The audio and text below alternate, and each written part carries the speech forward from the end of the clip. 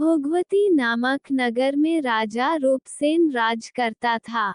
उसके पास एक तोता था जो उसे अति प्रिय था। वह उसे चिंतामणि बुलाता था।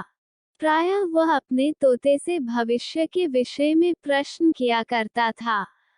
एक दिन उसने पूछा, चिंतामणि, बताओ हमारा विवाह किससे होगा? तोते ने उत्तर दिया, महाराज, आपका विवाह मगध के राजा की सुपुत्री चंद्रावती के साथ होना निश्चित है।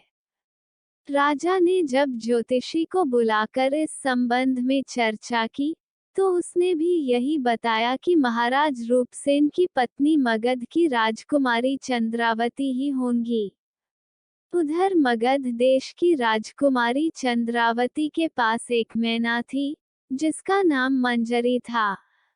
राजकुमारी अपनी मैना से बातें किया करती थी। एक दिन उसने मैना से पूछा, मंजरी, मेरा विवाह किसके साथ होना नियत है? मैना ने उत्तर दिया, भोगवती नगर के राजा रूपसेन के साथ। यह बात सत्य सिद्ध हुई।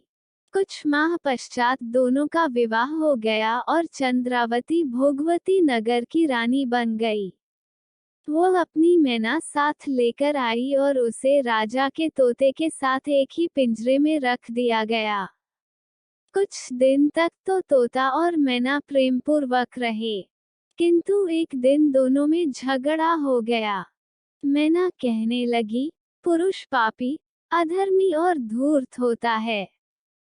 तोते ने कहा, स्त्री झूठी, लोभी और हत्यारिन होती है। दोनों में तेज बहस होने लगी। बात राजा रानी तक पहुंची। राजा ने पूछा, तुम दोनों क्यों लड़ रहे हो? मैना ने कहा, महाराज, पुरुष बुरे होते हैं। राजा ने पूछा, कैसे? तब मैना ने एक कहानी सुनाई। महाधन नामक एक सेठ इलापुर नगर में रहता था। उसका एक ही पुत्र था, जो बड़ी मन्नतों के उपरांत जन्मा था। सेठ ने बड़े लाड़ प्यार से उसका पालन पोषण किया था, जिसके कारण वह बिगड़ गया था। गलत संगति के कारण उसे जुआ खेलने की लत पड़ गई थी। दुर्भाग्य से एक दिन सेठ की मृत्यु हो गई और उसका सारा धन उसके लड़के को मिल गया। लड़के ने कुछ ही महीनों में सारा धन जुए में लुटा दिया। उसके हाथ कुछ शेष न रहा। तब वह धन अर्जित करने के उद्देश्य से चंद्रपुरी नाम की नगरी पहुंचा। वहां हेमगुप्त नाम का साहूकार रहता था, जो उसके पिता का परिचित था। वो उसके पास गया और अपना परिचय दिया। साहूकार ने उसके पिता के कारण उसका स्वागत किया। उसने साहूकार को बताया कि वह व्यापार के सिलसिले में निकला था, किंतु समुद्री तूफान में सब नष्ट हो गया। साहूकार ने उसे अपने घर रुकने की जगह दी और वह वहीं रहने लगा।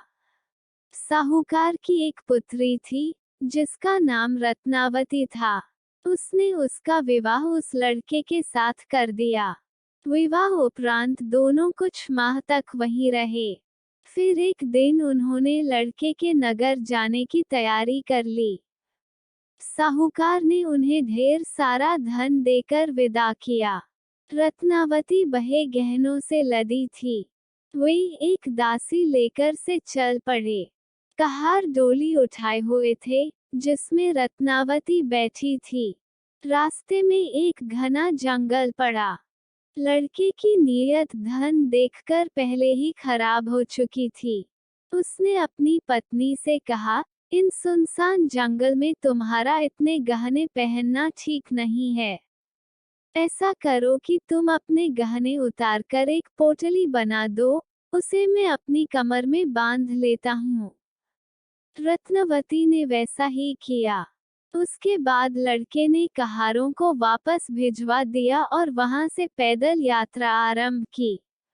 वे कुछ ही दूर पहुंचे थे कि लड़के को एक सूखा कुआं दिखाई पड़ा। वो लोभ में अंधा हो चुका था।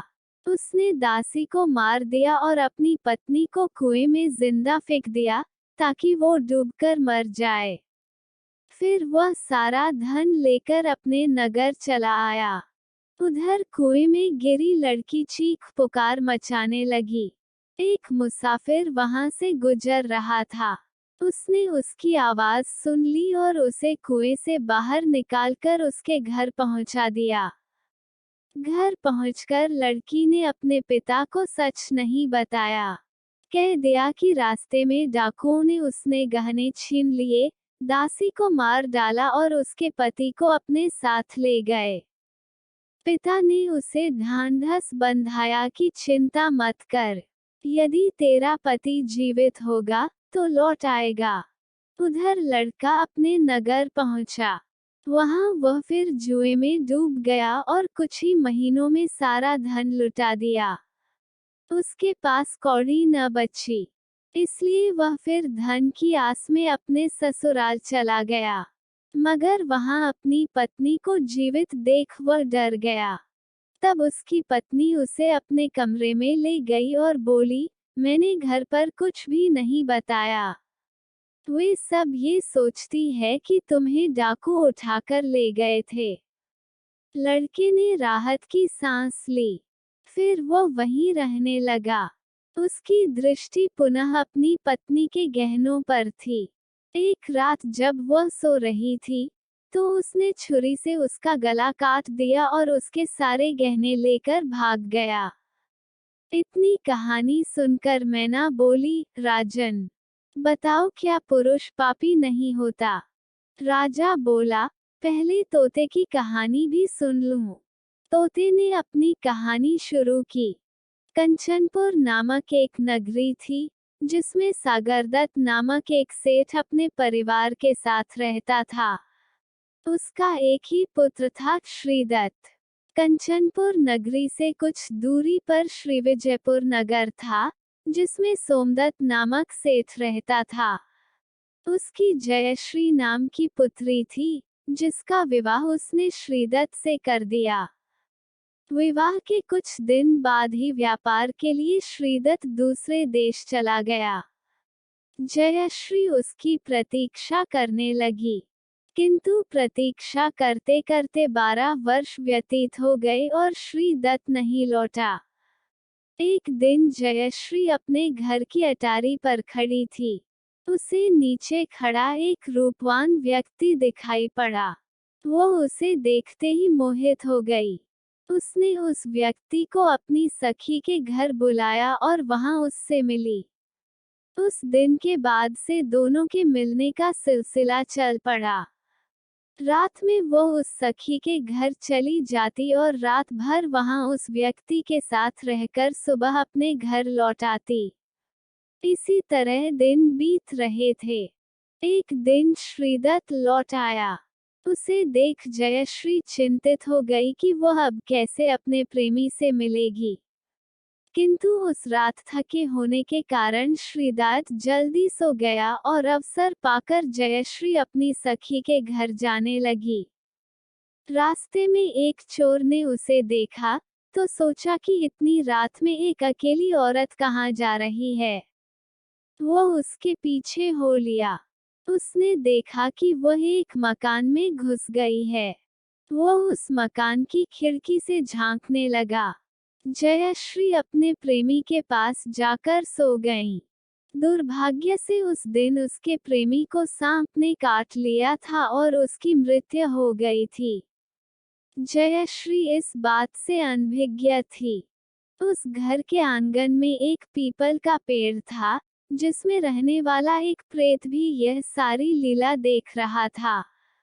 वो मृत व्यक्ति के शरीर में प्रवेश कर गया और जयश्री की नाक काट ली। दर्द से तड़पती जयश्री अपनी सखी के पास गई और उसे सारा हाल कहा। तब सखी बोली कि तुम अभी घर लौट जाओ। कोई पूछे कि नाक कैसे कटी, तो अपने पति का नाम ले लेना, नहीं तो तुम बदनाम हो जाओगी। जयश्री घर लौट गई और अपने पति के पास बैठकर रोने लगी। घर के लोग जाग गए। उसके कमरे में जाकर देखा कि उसकी नाक कटी है। पूछने पर जयश्री ने सारा आरोप श्रीदत्त पर मढ़ दिया। उसके पिता के क्रुद्ध होकर उसे कोतवाल के हवाले कर दिया। कोतवाल उसे राजा के पास ले गया। राजा ने उसे फांसी पर चढ़ाने का आदेश दे दिया। जब श्रीदत्त को फांसी पर चढ़ाने के लिए ले जा रहा था, तो वहां वह चोर भी मौजूद था।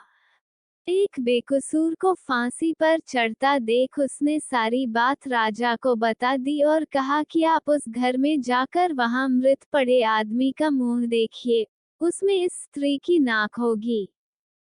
राजा ने कोतवाल को भेजा। उसने वापस आकर बताया कि ऐसा ही है।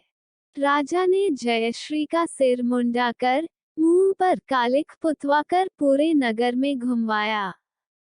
यह कहानी सुनाकर तोता बोला, राजन, ऐसी होती है स्त्री।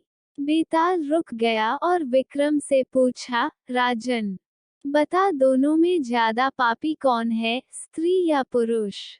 यदि तूने जानते हुए भी मेरे प्रश्न का उत्तर नहीं दिया, तो तेरे सिर के टुकड़े टुकड़े हो जाएंगे। विक्रम को उत्तर ज्ञान था। वह बोला, ज्यादा पापी स्त्री है।